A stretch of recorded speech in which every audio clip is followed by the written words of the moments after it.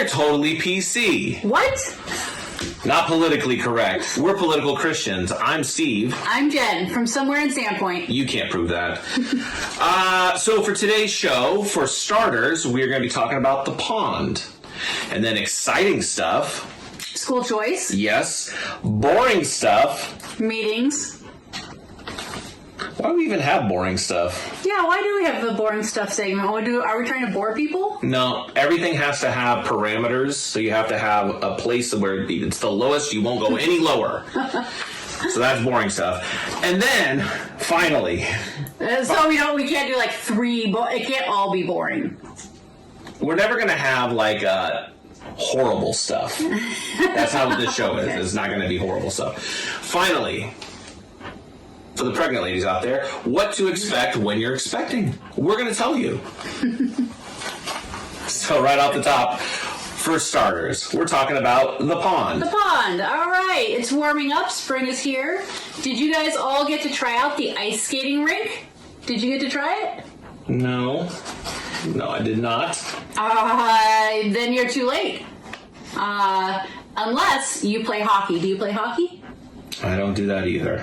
Oh boy. All right. Well, Saturday and Sunday, there is a big hockey tournament going on, and everybody is invited to watch. So you can get in your cars, go park, and then get out and watch some people beat some people up on some ice. Everybody's allowed to watch? What about Canadians?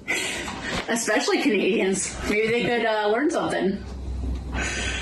Yeah, Yep. Yes. And so if that's happening and the place is closing, what's happening the rest of the year? I wondered the same thing. The very popular pond in Ponderay is going away. They're shutting it down for the season. Ice skating was winter fun. No ice skating in spring and summer. They're covering it up and shutting off the lights. You know what? Down in Nevada, they used to have ponds, and some people had ponds on their properties, and they put koi fish in there, and you'd have migratory birds come to get them. So maybe we could, if the pond is not frozen, we could go throw, like, They used fish. to have ponds in Nevada? Around in the desert, there's different people who dig a pond in their backyard. Oh, okay. And then they put fish in it. It sounds really sketchy. You've seen the show. That'll be one of our segments, sketchy stuff. Okay. That's a sketchy sketch. Okay. You like that? Yeah, I did. Okay, so let's talk about something that's a little bit more exciting than ponds. Let's talk about school choice. Yeah. HB 93 passed. It's the House? Yes. The Senate? Yes. Did it go to this desk? It got signed by the governor and everything. With a little pen. It's not a bill anymore. With Little's pen. Now it's a law, like in that Schoolhouse Rock dealie. All right, so we have school choice in Idaho. Get school choice, Schoolhouse Rock. All right. You could have chosen not to say that. Can you choose just to show your kids Schoolhouse Rock as their education? Is it going to be worse? Kidding. Just teach them how to read, and I think you'll be ahead. All right. Yeah. So it's about $5,000 per kid, give or take. That's that parents get with their tax returns. But first, your application has to be approved. The school choice, it's small. So very small, very small. It's capped at about $50 million, which covers about... Is that it? Sounds like a lot. Covers about 3% of students in Idaho.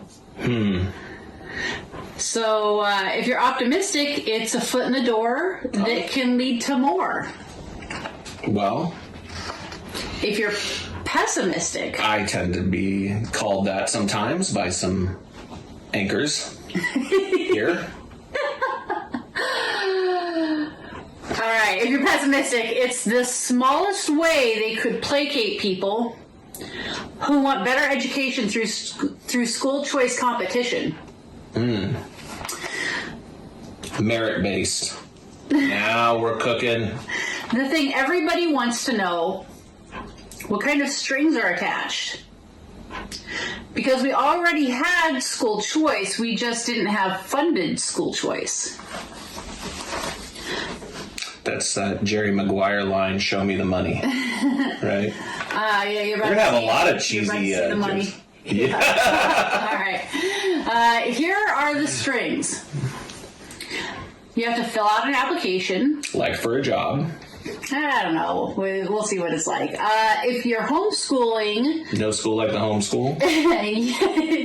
you agree that you're teaching your kids you agree in a general way that you're teaching your kids English, math, science, and social studies. Schoolhouse Rock covered all of those things. So you're set.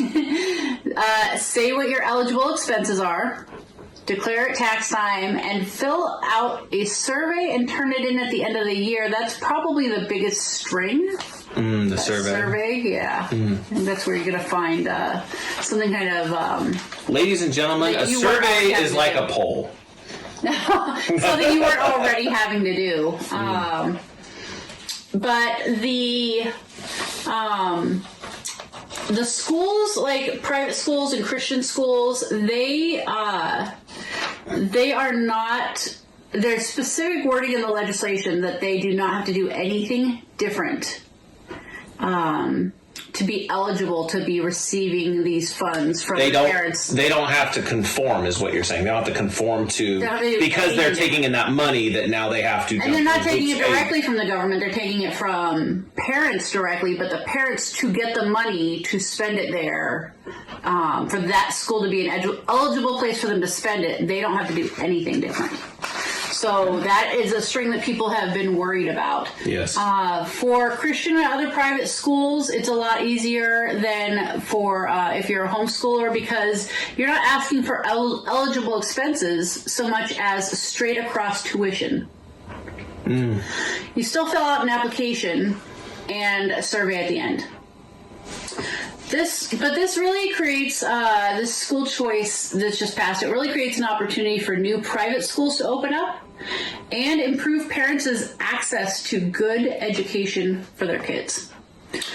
That should be the goal every single time. That should have been the goal with government/public schools, is that it should have been about education and not crying about money. Because now we're at a money place where our country needs to be fiscally responsible. And I heard that that's what this does, is it actually promises a small level of tax savings for the state. So, Yeah. we're in that time period. Possibly. Yeah. So here is the inside baseball. We love baseball. Inside baseball, you guys. America. All right. There was another bill that did not go through Ooh, secret bill, like the secret menu at McDonald's. that was similar, but it allowed more students access.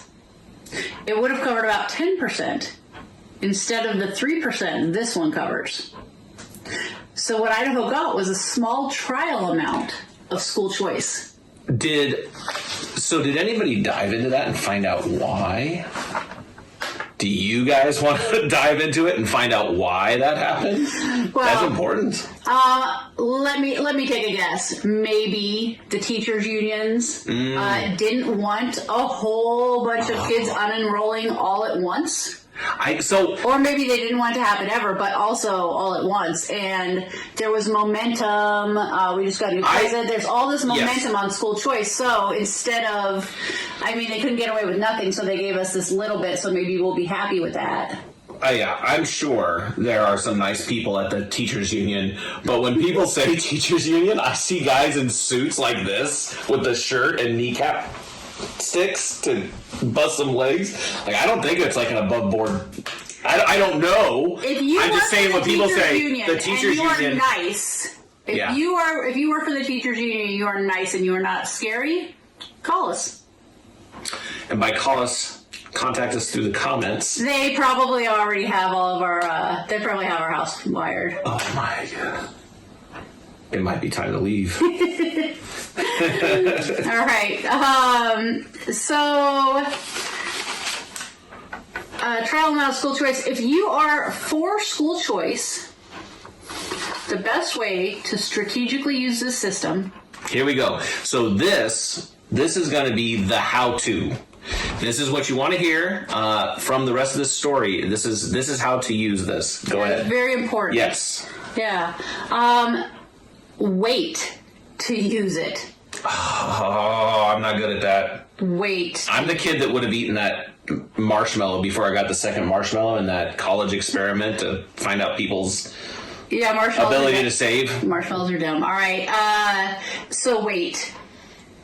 Especially if you aren't currently sending your kids to public school. If you're already homeschooling or you have your kids in, say, a Christian school and you're getting by, Or private school. if you can hold out a little bit longer, you want as many parents to pull their kids from public school as possible. If you're for school choice, you want as many parents to pull their kids from public school as possible until the cap is reached. Yes, because there's a limited amount of people who could take advantage of this. It's something like 10,000. 10,000 kids in all of Idaho. Which seems like a lot, but there are a lot of kids in Idaho. Yeah. There's a lot of Idaho kids. So you'd want them to be the ones that aren't currently getting a school choice. They're currently getting to enjoy a choice in school. You wait until the cap is reached. Then once the cap is reached for the year, apply. Then you apply and get on the waiting list.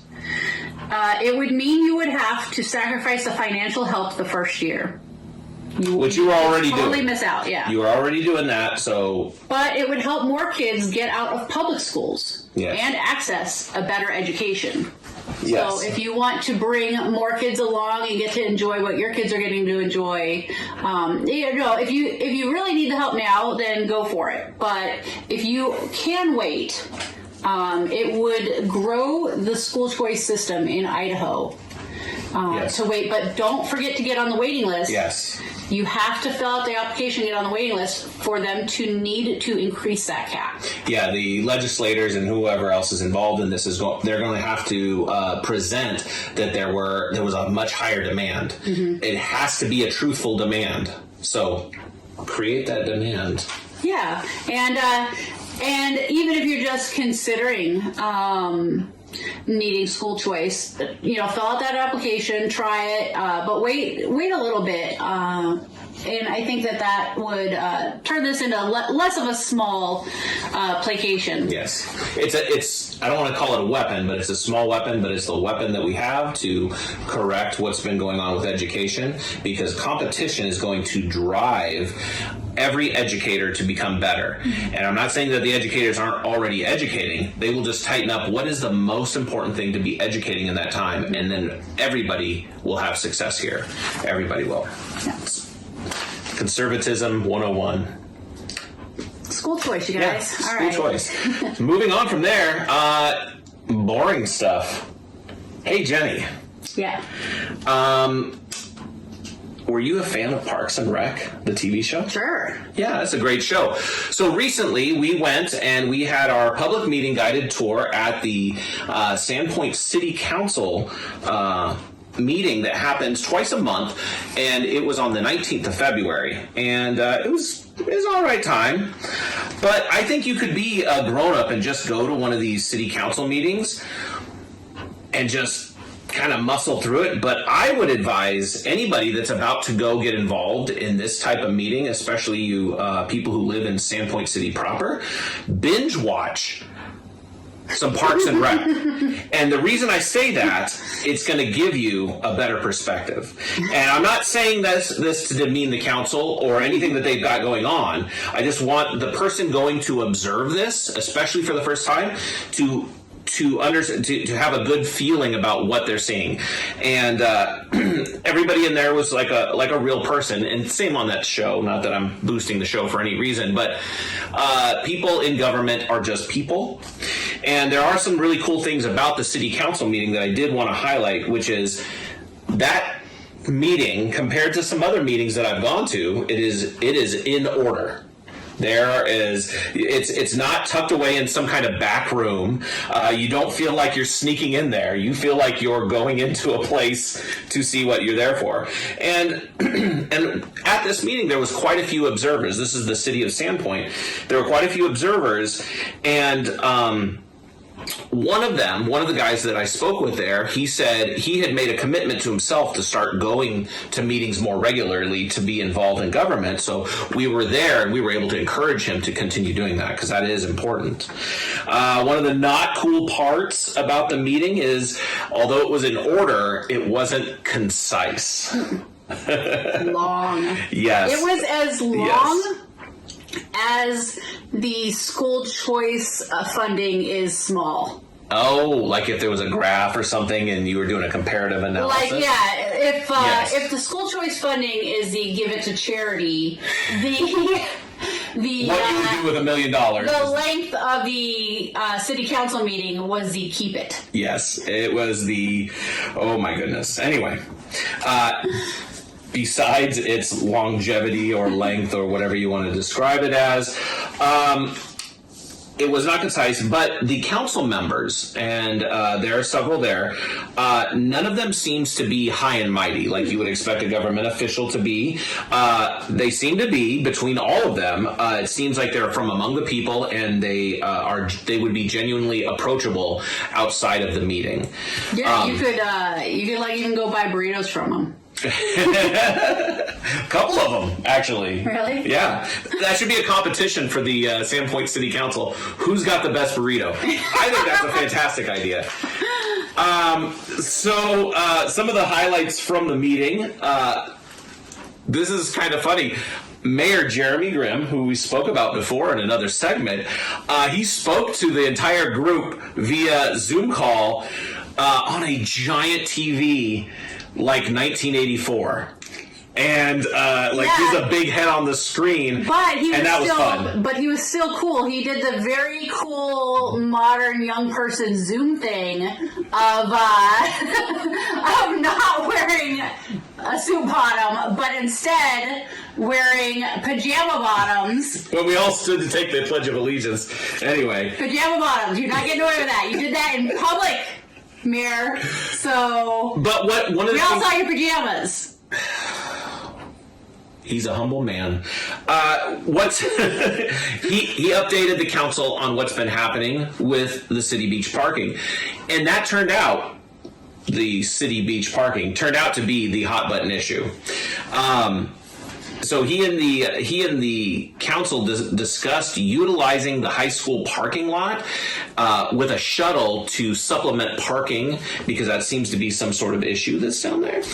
It's very interesting, and some of the people that were the commenters. So like we had spoke about before about these meetings, is if you go, you can sign up and you have 3 minutes where you can just address the council, and especially people of Sandpoint City proper, you can go down and get your 3 minutes. And there were people there that were in opposition to the city beach paid parking thing that Jeremy Grimm was speaking about, and what we've spoke about before. If you want more than 3 minutes, can you put on a disguise and go back up? Like wear pajama bottoms? Go switch it? I don't think so. Maybe you could try, but Jeremy Grimm was encouraging the public to share their thoughts on other possible solutions for parking and the city beach stuff. So he's very open to it, and he has attendants and things that will catch you up if you were to go to his office on what's been happening. So you can get the information and then give some helpful information, which was very interesting. There were other commenters there at the meeting. So the first hour was pretty good. Some of the commenters were talking about the need for signage in Sandpoint proper for log trucks that are going down roads, which that's exciting. I mean, if you were a kid and you lived in the city and a log truck went by. It was pretty boring. The only reason why we had fun the first hour is because we were making jokes the whole time. Yeah. That's what we do here. So anyway, and I'm not going to comment on whether... So take a buddy. Go to the meeting, take a friend. Yeah. Write down some little jokes. Yeah, and download like a 2-person game on the... Anyway. For perspective, as far as log trucks running through Sandpoint, where Super One sits now, just a few years ago, that used to be a lumber mill. That is very interesting. It's not that long ago. I'm thinking it was like 2012. I don't remember the exact year, but it's not forever ago. Anyway, given the population of Sandpoint City, there wasn't that many attendees compared to how many people actually live in Sandpoint. And Yeah, we're talking. That would be a fire hazard, I think. There was still some empty seats, and the real thing is they're talking about some impactful stuff, stuff that affects people not just in Sandpoint, but people who go to Sandpoint. It will affect you, and I would encourage you, the public, to try and make, just like that guy that was at the meeting, make some resolution to go and attend the meeting, and then figure out how you could attend the meeting as often as you could, whether it's once a year, twice a year, 3 times a year, whatever you can do, and get to know these city council members. Eat dinner first. Oh yeah. Pro tip, eat dinner first. Yeah, that thing was going, and they did not bring out the soup kettle. It started at what, like 6:30? 5:30. 5:30 went on for 3 hours. Yeah, so it was pretty late. Anyway, It wasn't like an hour like a lot of other meetings. the council members are totally approachable after the meeting, of course. Oh, and you can leave early. Do not be afraid to totally get out of there and leave early. You will make everybody else so jealous. The people who have to be there, people up on the... Everybody who doesn't leave when you leave is going to be really jealous of you getting. What do you call it? The dais? Up on the dais. Or the big brother watching you screen. Yeah. I don't know if he can see us. Maybe he could. Besides that, email the city council members when you have concerns about things. Definitely email the mayor of Sandpoint concerning the parking and all that, and give Call him your him input. or show up. Yeah. So, and then besides that, we are going to do something exciting. We are going to have our next public meeting guided tour at the next LPOSD, Lake Pend Oreille School District, at their monthly meeting. We're going to be there. We're going to be there. Going back to the school board, baby. Yes, because Going back again. in light of all the school choice stuff, we're going to go. It's going to be on March 11th, 5:30. Probably at the LPOSD main office, but if it's different by the time of airing, we will post it. We're going to post it either way during the show. You guys will see where it is at, and you guys can meet us out there. It's going to be a lot of fun. It's going to be a lot of fun. I see some people cry. You might, because belt tightening is going to be happening to the district, because they're going to have to deal with less funds, probably. Maybe 3%. Possibly. I think up in this area, estimate. I think here in Bonner County, I think that there are more people who homeschool than, say, down in the South, but I would have to check those numbers to find that out. Anyway, it's going to be a great time, so show up for that. We have run the show a little bit long, but I don't know. We probably still have time to talk about. We always like to help you guys out, and we've talked to handymen, all kinds of people, helpful tips. And so the pregnant ladies, a lot of pregnant ladies in Idaho. I'm not going to say half the population, but half the population. At Sandpoint. Yeah, they could get pregnant, and they don't know what to do. So here's what to expect when you're expecting. The first thing you want to do, you got to check yourself.